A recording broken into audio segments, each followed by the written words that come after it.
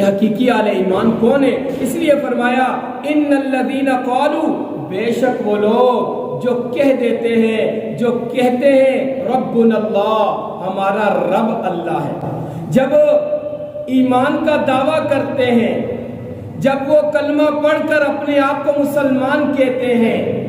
جب ایمان کا دعویٰ کر لیتے ہیں، ثم استقاموا، پھر ڈٹ جاتے ہیں، پھر استقامت اختیار کرتے ہیں، پھر نہ تو کسی ملامت کرنے والے کی ملامت کا انہیں خیال ہے، پھر حق کے لیے، حق کو قائم کرنے کے لیے اور حق کا دفاع کرنے کے لیے انہیں کسی کا خوف نہیں ہوتا، انہیں کسی قسم کی پریشانی لائق نہیں ہوتی، وہ کسی سے نہیں ڈرتے،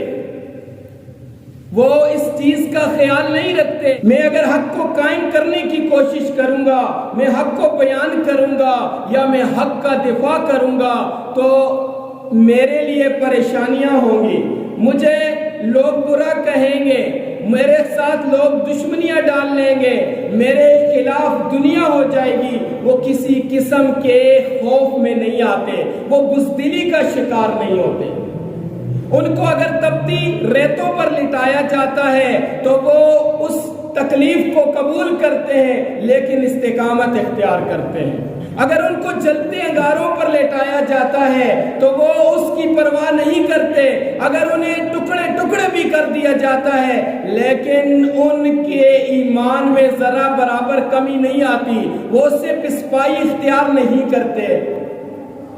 دنیا کفر پوری کی پوری دنیا ان کے مخالف ہو جاتی ہے، وہ تنہا رہ جاتے ہیں، لوگ ان کا معاشی بائیکاٹ کر لیتے ہیں، لوگ ان کا سوشل بائیکاٹ کر لیتے ہیں، پوری کی پوری دنیا مل کر انہیں گھیر لیتی ہے، ان کو ان کے گھروں کو تباہ کر دیتی ہے، ان کی نسل کشی کرتی ہے، ان کا قتل عام کرتی ہے، وہ قتل ہو رہے ہوتے ہیں، اللہ کے راستے میں شہید ہو رہے ہوتے ہیں، وہ تھوڑے سے بے سر و سامانی کی حالت میں ہوتے ہیں لیکن وہ گھبراتے نہیں، وہ اللہ پر اعتماد کرتے ہیں، اللہ پر توکل کرتے ہیں، جس رب پر وہ ایمان لائے ہیں اس کے لیے اپنی جان، اپنا مال، اپنا سب کچھ قربان کرنے کے لیے وہ تیار رہتے ہیں۔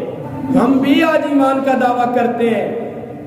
اگر ہم ان مظلومین بھائیوں کی مدد کے لیے نہیں جا سکتے یہ تو ہمارے پاس بہت بڑا عذر ہے کہ ہم جا نہیں سکتے، ورنہ اگر ہمارے لیے جانا ممکن ہوتا تو پھر ہمارے دلوں کا نفاق خوب واضح ہو جاتا۔ اگر ہم وہاں نہیں جا سکتے تو ہمارے اوپر لازم ہے، ہمارے اوپر فرض ہے کہ ہر طریقہ سے ان کی مدد کی جائے، ان کے لیے آواز بلند کی جائے۔ آج اگر کوئی امیر آدمی ہمیں دعوت دیتا ہے تو ہم چھٹی کرتے ہیں، اس کے لیے جاتے ہیں۔ کہیں کوئی حرام کام ہو رہا ہوتا ہے، بے حیائی کا کام ہو رہا ہوتا ہے، تماشا آتا ہے اور میلے لگتے ہیں تو ہمارے پاس اس کے لیے ٹائم ہے، لیکن ان مظلومین کے لیے ہمارے پاس ٹائم نہیں ہے۔ اگر آج ہم ان کی مدد نہیں کریں گے، اگر آج ہم ان کے لیے اپنے بھائیوں کے لیے کھڑے نہیں ہوں گے تو ہم بہت بڑے مجرم ہیں۔ ہم جس ایمان کا دعویٰ کرتے ہیں ہم اپنے ایمان کے دعویٰ میں سچے نہیں ہیں، بلکہ منافقین کی طرح یہ دعویٰ ہمارا جھوٹا ہے۔ ہماری پلاٹ پر، ہماری زمین پر، ہماری کسی چیز پر اگر قبضہ ہو جاتا ہے تو ہم گھر میں بیٹھ کے دعا کرتے ہیں؟ نہیں، اس کے لیے ہر ممکن کوشش کرتے ہیں، چاہے قبضہ کرنے والا کتنا طاقتور کیوں نہیں، ہم اس سے ٹکرا جاتے ہیں۔ لیکن آج ہم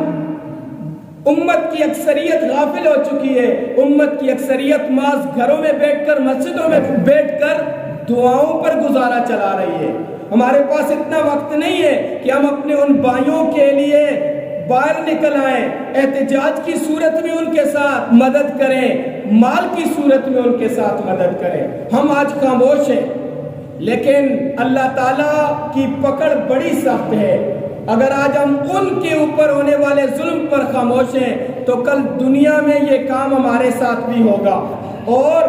آخرت میں ضرور ہم سے باز پرس ہوگی کہ جہاں چھوٹے چھوٹے بچوں کو قتل کیا جا رہا تھا، جہاں عورتوں کی آبروریزی کی جا رہی تھی، جہاں مردوں عورتوں کو، مظلومین کو قتل کیا جا رہا تھا، تو تم کس کام میں لگے تھے؟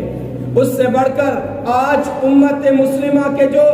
نام نہاد حکمران ہیں جن کو ہم ووٹ دیتے ہیں، جن کو ہم سپورٹ کرتے ہیں، جو ہم کہتے ہیں کہ ہماری تو پارٹی وہ ہے، آج وہ عیاشیاں کر رہے ہیں، آج بلکہ وہ میوزک فیسٹیول منا رہے ہیں، ملک کے اندر میوزک کے پروگرامات ترتیب دے رہے ہیں، یہ خوشی منا رہے ہیں کہ ہمارے مسلمان بھائی وہاں کاٹے جا رہے ہیں، وہاں انہیں مارا جا رہا ہے، اور یہ بے حیائی کے پروگرامات تشکیل دے رہے ہیں۔ انہوں نے بزدلانہ خاموشی اختیار کی ہوئی ہے۔ اگر اس کے باوجود بھی ہم ان حکمرانوں کا ساتھ دیں گے، ان کو ووٹ دیں گے، ان کی حمایت کریں گے، تو ہم حرام کام کریں گے۔ اور دوسری بات، ہر وہ ظلم جو ان کی وجہ سے ہو رہا ہے، ان کی خاموشی کی وجہ سے ہو رہا ہے، اپنی استطاعت کے مطابق جو کچھ یہ کر سکتے تھے یہ نہیں کر رہے، بلکہ یہ تو سرعام مخالفین کے ساتھی ہیں۔ تو اگر ہم ان کا ساتھ دیں گے، ان کا تعاون کریں گے، ان کو ووٹ دیں گے، تو ہر ظلم میں، ہر جرم میں ہم برابر کے شریک ہیں۔ لہٰذا ہر وہ آدمی کہ جو ایمان کا دعویٰ کرتا ہے، قرآن اسے یہی نصیحت کرتا ہے، اللہ تعالیٰ اسے یہی حکم دے رہے ہیں، حق کا ساتھ دینا ہے، باطل کا ساتھ نہیں دینا ہے، اور حق کے لیے اپنی جان، اپنے مال اور اپنے وقت سے اس کی مدد ضرور کرنی ہے۔